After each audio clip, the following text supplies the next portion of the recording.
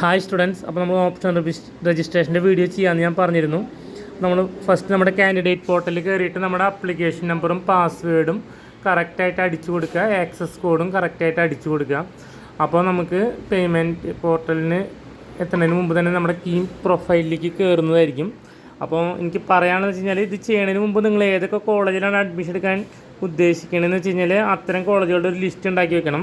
നിങ്ങളുടെ റാങ്ക് കുറച്ച് പുറകിലോട്ടാണെങ്കിലും തുടക്കത്തിൽ ഗവൺമെൻറ് കോളേജ് വയ്ക്കാനായിട്ട് ശ്രദ്ധിക്കുക.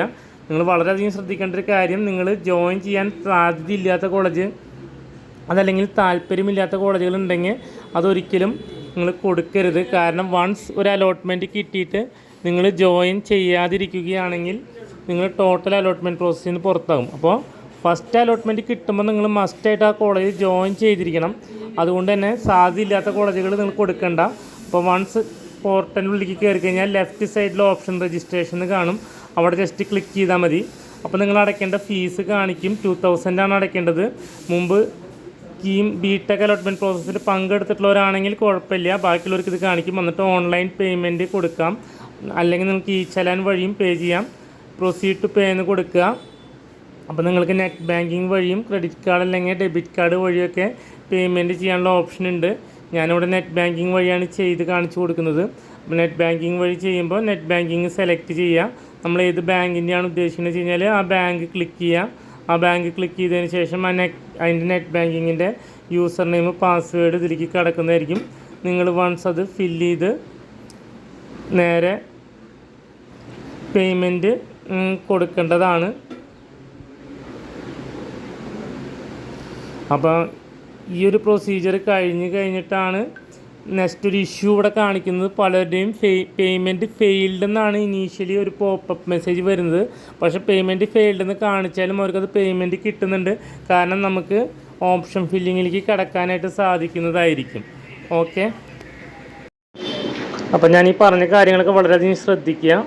കാരണം നമുക്ക് അലോട്ട്മെൻറ്റ് പ്രോസസ്സിൽ പങ്കെടുക്കുമ്പോൾ ഇത്തരം കാര്യങ്ങൾക്ക് വളരെ ഇമ്പോർട്ടൻ്റ് ഉണ്ട്. അപ്പോൾ ഫീസ് പേയ്മെൻറ്റ് കഴിഞ്ഞ് കഴിഞ്ഞാൽ നേരെ നമുക്കൊരു എറർ മെസ്സേജാണ് സ്ഥിരമായിട്ട് കാണിച്ചുകൊണ്ടിരിക്കുന്നത്. നമുക്കിപ്പോൾ എന്താണ് വരുന്നതെന്ന് നോക്കാം. ഓക്കെ, അഗൈൻ നമുക്കിവിടെ എറർ മെസ്സേജാണ് വന്നിട്ടുള്ളത്.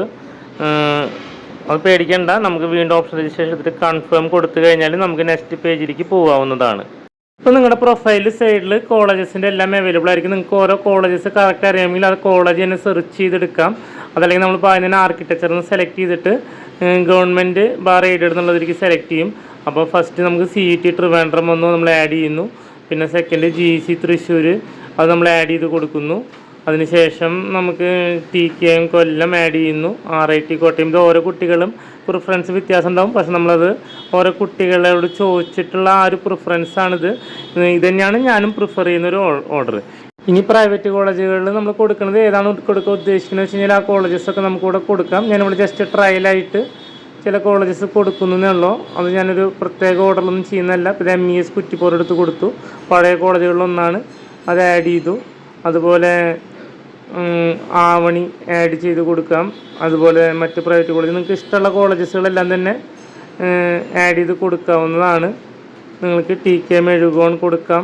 അതുപോലെ നിങ്ങളുടെ ഇഷ്ടമാണ്. പക്ഷേ എന്താണ് അതിൻ്റെ ഒരു കുഴപ്പമെന്ന് വെച്ച് കഴിഞ്ഞാൽ, വൺസ് ഒരു കോളേജ് കിട്ടിക്കഴിഞ്ഞാൽ നിങ്ങൾ മസ്റ്റായിട്ടും അവിടെ ജോയിൻ ചെയ്യേണ്ടി വരും. നമ്മൾ തമാശയ്ക്കാണ് കൊടുത്തത്, അടുത്ത അലോട്ട്മെൻറ്റിൽ ഹയർ ഓപ്ഷൻ കിട്ടുമ്പോൾ അവിടെ ജോയിൻ ചെയ്യാമെന്നൊക്കെ വിചാരിച്ചിട്ട് നമ്മൾ ഹയർ ഓപ്ഷൻസ് പരിഗണിക്കണമെങ്കിൽ പോലും നമ്മൾ ആ കോളേജിൽ ജോയിൻ ചെയ്തിട്ടുണ്ടാവണം. ആ കോളേജുകളിൽ പറയുന്ന ഫീസുകൾ തന്നെ നമ്മൾ കൊടുക്കേണ്ടി വരും. അതൊക്കെ ചെക്ക് ചെയ്യാനും കൂടി വേണ്ടിയിട്ടാണ് ഞാനിപ്പോൾ ഇതൊന്ന് ജസ്റ്റ് ചെയ്യുന്നത്. നമ്മൾ ഓരോ കോളേജ് ആഡ് ചെയ്യുമ്പോഴും അത് ഏത് ടൈപ്പ് ഓഫ് കോളേജാണ്, അവിടുത്തെ കോഴ്സ് ഫീ എത്രയാണെന്നൊക്കെ മെൻഷൻ ചെയ്തിട്ടുണ്ടാവും. അപ്പോൾ ഇത്തവണ ചില പ്രൈവറ്റ് കോളേജസുകളുടെ എല്ലാം ഫീസ് കൂട്ടിയിട്ടുണ്ട്.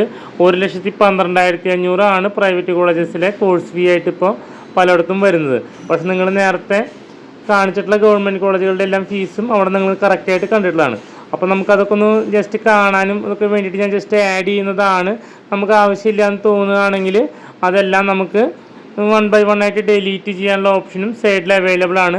നിങ്ങൾക്കിനി പ്രിഫറൻസ് ചില കോളേജുകൾക്ക് കൂടുതൽ കൊടുക്കണം, നമ്മളത് അവസാനമാണ് ആഡ് ചെയ്തെന്നുണ്ടെങ്കിൽ അതിനെ മുകളിലോട്ടോ അടിയിലേക്കോ മൂവ് ചെയ്യാനുള്ള ഓപ്ഷനും ഇതിൻ്റെ തന്നെ സൈഡിൽ അവൈലബിൾ ആണ്. ഞാൻ ജസ്റ്റ് അതൊന്ന് പറഞ്ഞു എന്നേ ഉള്ളൂ. അപ്പോൾ ഇത്രയും കോളേജസുകളൊക്കെ ആഡ് ചെയ്ത് കഴിഞ്ഞാൽ നമുക്ക് അതിൻ്റെ ഉള്ളിൽ സൈഡിൽ അതിൻ്റെ ഫീസും കാര്യങ്ങളും കാണാം. അതുപോലെ തന്നെ ഡിലീറ്റ് ചെയ്യണമെങ്കിൽ ഡിലീറ്റ് ബട്ടൺ ഓപ്ഷൻസ് ചെയ്ത് കഴിഞ്ഞാൽ ഡിലീറ്റ് ചെയ്യാം. അങ്ങനത്തെ കാര്യങ്ങളൊക്കെ ഉണ്ട്, അവൈലബിൾ ആണ് എന്ന് ഞാൻ ജസ്റ്റ് ഒന്ന് മെൻഷൻ ചെയ്തു എന്നേ ഉള്ളൂ. ഓക്കെ, ഞാനിപ്പോൾ ഒരു കോളേജ് സെർച്ച് ചെയ്യാനായിട്ട് ജസ്റ്റ് ഒന്ന് കാണിക്കാൻ വേണ്ടിയിട്ടാണ്.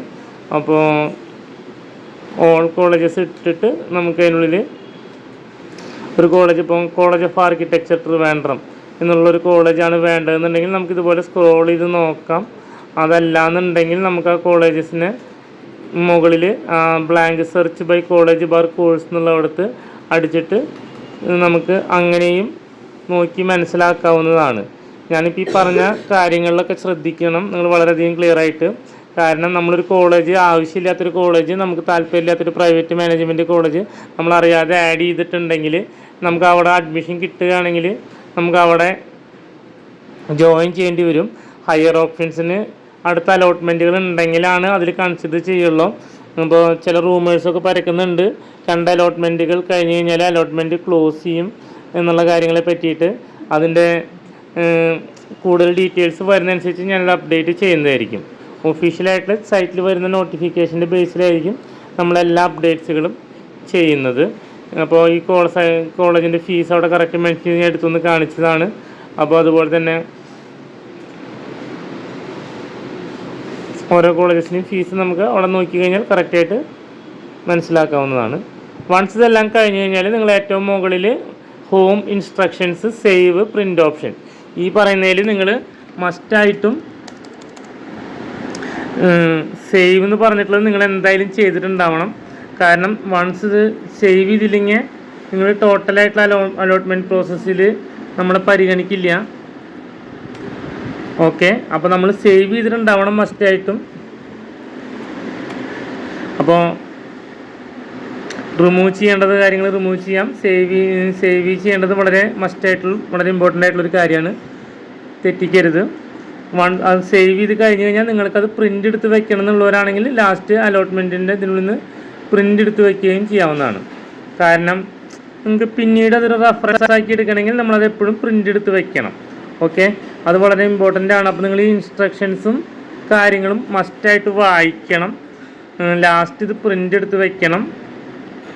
ഇതൊക്കെ വളരെ ഇമ്പോർട്ടൻ്റ് ആണ്. കാരണം ഇൻസ്ട്രക്ഷൻസിൽ ഒരു വളരെ ക്ലിയർ ആയിട്ട് കുറച്ച് കാര്യങ്ങൾ പറയുന്നുണ്ട്. എന്താണെന്ന് വെച്ച് കഴിഞ്ഞാൽ ബേസിക് സ്ട്രക്ചർ എന്താണ്, ഇതിൻ്റെ റീസെറ്റ് ചെയ്യാനായിട്ട് എന്താ ചെയ്യേണ്ടത്, അങ്ങനത്തെ കാര്യങ്ങളൊക്കെ പറയുന്നുണ്ട്. Saving options, do not refresh page in between, അത്തരം കാര്യങ്ങളൊക്കെ അവർ വളരെ ക്ലിയർ ആയിട്ട് പറയുന്നുണ്ട്.